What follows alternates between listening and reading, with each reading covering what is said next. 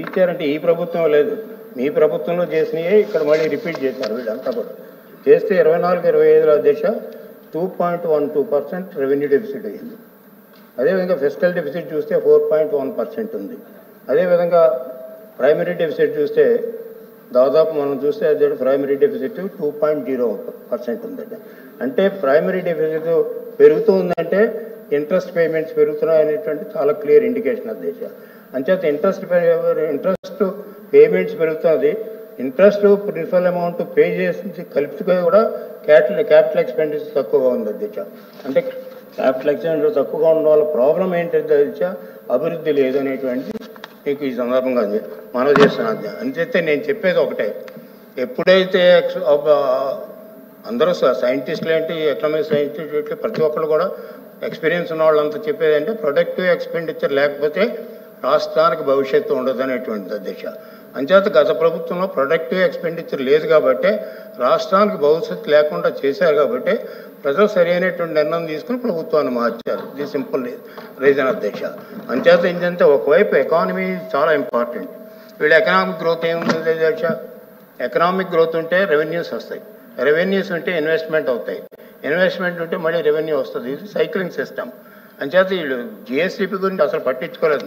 నేను చాలా సందర్భంలో చెప్పాను, జగన్మోహన్ రెడ్డి గారు ముఖ్యమంత్రిగా ఉన్నారు, కనీసం రెవెన్యూ గురించి అసలు రెవెన్యూ ఎలా వస్తుంది, అదేవిధంగా ఎకానమీ ఎలా పెరుగుతుంది, సామాన్యుడు ఆర్థిక వ్యవస్థ ఎలా పెరుగుతుంది అనేటువంటి ఏనాడు కూడా ప్రభుత్వంలో రివ్యూ చేయలేదు అధ్యక్ష. ఆ ఎకానమీ అదేంటి అన్నట్లుగా బయటకు ఇన్ఫర్మేషన్ మరి ఎంతవరకు నిజం మనకు తెలియదు అధ్యక్ష. ఇప్పుడు ఎకానమీ లాస్ట్ 5 ఇయర్స్లో చూసుకుంటే అధ్యక్ష యావరేజ్ కడితే -4.2% గ్రోత్ రేట్ వచ్చింది. అంటే నెగిటివ్ గ్రోత్ రేట్ ఉంది గత 5 సంవత్సరాలు. నెగిటివ్ గ్రోత్ ఉంటే రెవెన్యూ ఎలా పెరుగుతుంది అధ్యక్ష? రెవెన్యూ పెరగదు. ఏం చేద్దంటే తర్వాత వచ్చేటువంటి ప్రాబ్లమ్స్ చాలా ఉంటాయి. అంచేత ఎప్పుడైతే ఈ జిఎస్టీ పెరగలేదో మనకు అదర్గా ఫైనాన్షియల్ పారామీటర్స్ కానీ ఎకనామిక్ పారామీటర్స్ కానీ విపరీతంగా పెరుగుతాయి.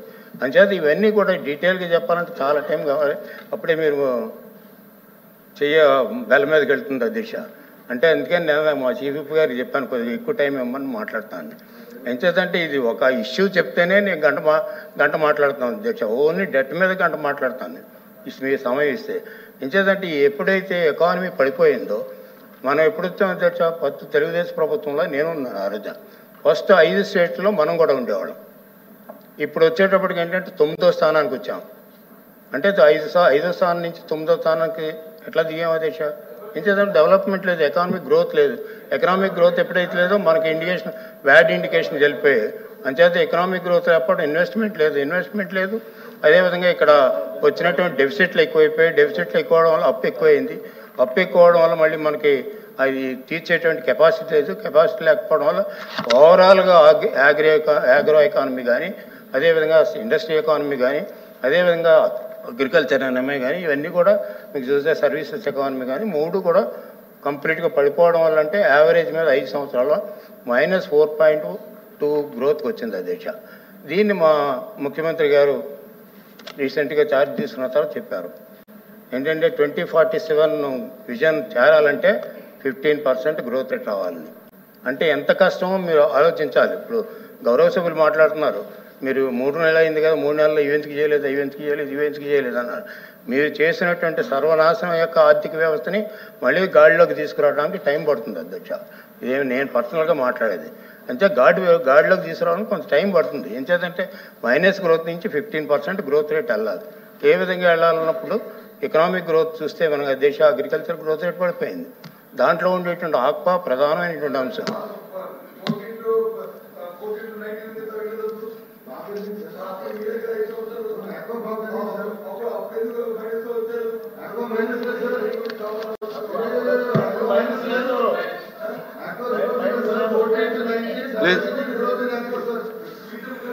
అధ్యక్ష please no discussion. Sir LOP గారు చెప్పమంటే లేచి నిలబడమని చెప్పమని నేను చెప్తాను సమాధానం. క్లోజ్ చేయండి. అధ్యక్ష క్లోజ్ చేయండి అంటే కూర్చోవలసి వస్తుంది. అంతే కొంత టైం ఒక 5-10 నిమిషాలు ఇవ్వండి. అంచేత ఇప్పుడు జిఎస్టిపి ఆక్వాకల్చర్ గురించి చెప్తున్నారు.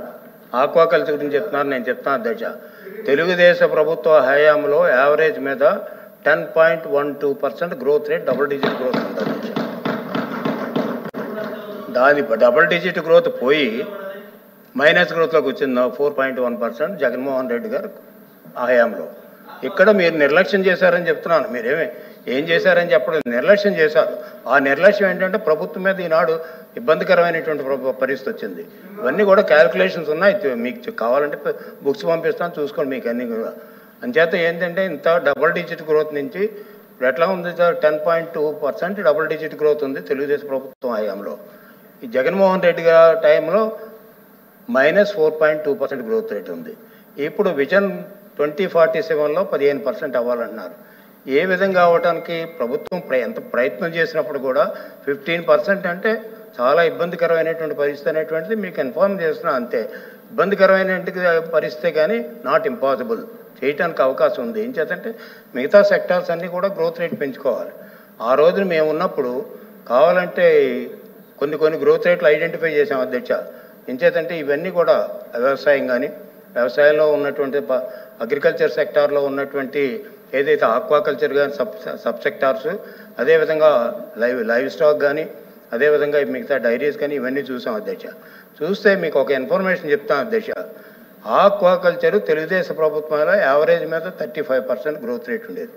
ఈనాడు ఎంత ఉందండి మీరు ఇచ్చింది? ఒకసారి బుక్కుల్లో చూడండి, బిలో 20% ఉంది. ఎందుకు తగ్గిపోయింది ఆక్వాకల్చర్ గ్రోత్ రేటు? అంటే మీరు ఇచ్చేటువంటి సబ్సిడీ, ఆనాడు తెలుగుదేశం ప్రభుత్వంలో ఇచ్చిన సబ్సిడీస్ కూడా మీరు తీస్తారు. అదేవిధంగా కొత్త రూల్స్ పెట్టారు. కొత్త రూల్స్ పెడితే ఆక్వా కూడా పడుకునేటువంటి పరిస్థితికి వచ్చింది. అట్లాగే లైవ్ స్టాక్ కూడా ఒక గ్రోత్ ఇంజిన్ అనేది. ఆక్వా గ్రోత్ ఇంజిన్, అగ్రికల్చర్ సెక్టార్లో 4 గ్రోత్ ఇంజిన్లు పెట్టాం. ఆ గ్రోత్ని కాన్సన్ట్రేట్ చేయడంతో అగ్రికల్చర్ గ్రోత్ రేట్ పెరిగింది. ఈరోజు చూస్తే అధ్యక్ష, మనకి లాస్ట్ ఇయర్ చూస్తే అంటే 24-25 చూస్తే అగ్రికల్చర్ కంట్రిబ్యూషన్ టు జీడిపికి చూస్తే, కేంద్ర జీడిపికి చూస్తే ఓన్లీ 4.7%. అంటే ఎక్కడ పడితే మనం ఎన్నో ప్లేస్లో ఉన్నాం అధ్యక్ష? దాదాపు 15వ ప్లేస్లో ఉన్నాం మనం దేశంలో. ఎంచేతంటే మన అగ్రికల్చర్ అని చెప్పుకున్నప్పటికీ కూడా అగ్రికల్చర్ ఎకానమీ దెబ్బతినడం వల్ల, ఓవరాల్ గ్రోత్ దెబ్బతినడం వల్ల మొత్తం మన కంట్రిబ్యూషన్ టు జీడిపి కూడా తగ్గిపోవడం జరిగింది అధ్యక్ష. ఈ విధంగా మొత్తం ఎకానమీని కొలాప్స్ చేశారు. అదేవిధంగా ఏదైతే ఉందో అప్పులు విపరీతంగా పెంచారు. క్యాపిటల్ ఎక్స్పెండిచర్ ఆల్మోస్ట్ జీరో చేశారు. అందుకనే ఇప్పుడు ప్రతిదీ కూడా గవర్నమెంట్ కూడా అడుగుతున్నాం ఉద్దేశ. ఈయన రోడ్ల మీద వెళ్ళకపోతున్నారు, సైకిళ్ళు వెళ్ళకపోతున్నాయి, బస్సులు వెళ్ళకపోతున్నాయి. అదేవిధంగా 2 వీలర్స్ వెళ్ళడం లేదు, 4 వీలర్స్ వెళ్ళడం లేదు. బహుశా మీరు ఎలా ఉందో తెలియదు, మీ జిల్లాలో కూడా పరిస్థితి ఎట్లా ఉంది. అందుకని మొదటి దఫాగా కొన్ని 100 కోట్లు ఇచ్చారు. ఎందుకు అధ్యక్ష, మనం ఎప్పుడు కూడా ఏ ప్రభుత్వం, నేను 40 సంవత్సరాల నుంచి ఉన్నా, ఏ ప్రభుత్వం వచ్చినా, అప్పుడు రాజశేఖర రెడ్డి ప్రభుత్వం వచ్చినా, లేకపోతే కాంగ్రెస్ ప్రభుత్వం వచ్చినా, ఏ ప్రభుత్వం వచ్చినప్పుడు కూడా రోడ్లు వేయడానికి డబ్బులు ఇచ్చారు తప్ప రోడ్లు గుంటలు పోడ్చడానికి ఏ ప్రభుత్వం ఇవ్వలేదు. అయితే ఫస్ట్ టైం ఈ ప్రభుత్వం గుంటలు పోడ్చడానికి ఇచ్చిందంటే ఆ గుంటలు ఎవరు చేశారంటే జగన్మోహన్ రెడ్డి ప్రభుత్వంలో అయినటువంటి గుంటలు. అదే ఆ గుంటలకి డబ్బు లేకపోయినప్పుడు కూడా ఈ రోజున దాదాపు 800 కోట్లు ఎంతో రిలీజ్ చేశారు, గుంటలు పోడుతున్నారు. అంచేత ఒక అభివృద్ధి కార్యక్రమం లేకపోవడం వల్ల ఎకానమీ పెరగలేదు. ఎకానమీ పెరగకపోవడం వల్ల రెవెన్యూస్ పెరగలేదు. రెవెన్యూస్ పెరగకపోవడం వల్ల అప్పులు విపరీతంగా పెరిగాయి. అప్పులు పెరిగితే మన మీద భారం. అధ్యక్ష, ఎక్కడో స్టడీ చూశాను, మమ్మల్ని పొలిటికల్ వీక్లీ ఉంటుంది అధ్యక్ష, ఎకనామిక్ అండ్ పొలిటికల్ వీక్లీ. దాంట్లో క్లియర్గా రాశారు, 1,93,000 కోట్లు, 1,93,000 రూపాయలు ఒక హెడ్ మీద డెట్ అధ్యక్ష. అంటే పెరిడేటా అప్పు ఎంత అంటే 1,93,000 రూపాయలు. ఎందుకు పెరుగుతుంది అధ్యక్ష? వాళ్ళు రైతులు చేసుకునే అప్పులు వేరు, ప్రభుత్వం చేసిన అప్పు మళ్ళీ ప్రజల మీద పడింది. ఇంత దారుణమైనటువంటి పరిస్థితి తీసుకురావడానికి కారణం జగన్మోహన్ రెడ్డి ప్రభుత్వం నిర్లక్ష్యం చేయడం వల్ల అధ్యక్ష. ఎకానమీ ఎప్పుడైతే నిర్లక్ష్యం చేశారో మొత్తం అంతా కొలాప్స్ అయింది అనేటువంటి చాలా స్పష్టంగా అవుతుంది. ఇంకా చాలా ఉన్నాయి చెప్పాలంటే, మీరు టైం ఇస్తే చెప్తాను, లేకపోతే దీంతో ముగిస్తాను అధ్యక్ష. Thank you. Okay, please.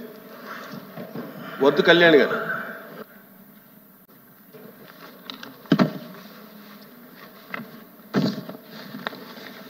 Madhav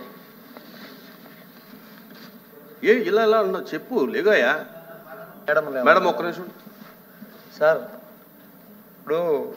ఇప్పుడు దాకా చెప్పారు కదా సార్, ఇవన్నీ చూస్తే రాష్ట్రం విభజనకు ముందున్న అప్పు 1,50,000 కోట్లు జగన్మోహన్ రెడ్డి గారి 14-19 ఆపేశారు అధ్యక్ష. 17 మెడికల్ కాలేజీల నిర్మాణం ఆపేశారు అధ్యక్ష.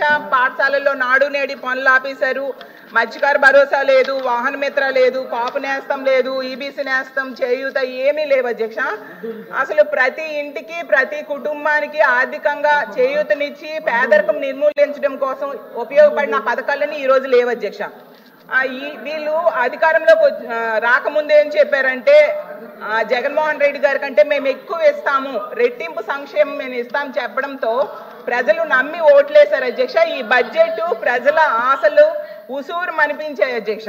ఈ రోజు తీసుకుంటే వీళ్ళ మేనిఫెస్టోలో మొదటి హామీ అధ్యక్ష మనం చూస్తే యువగలం 20 లక్షలు ఉద్యోగాలు ఇస్తాము, లేదంటే నెలకి 3,000 రూపాయలు నిరుద్యోగ భృతి ఇస్తాము అని చెప్పారు అధ్యక్ష.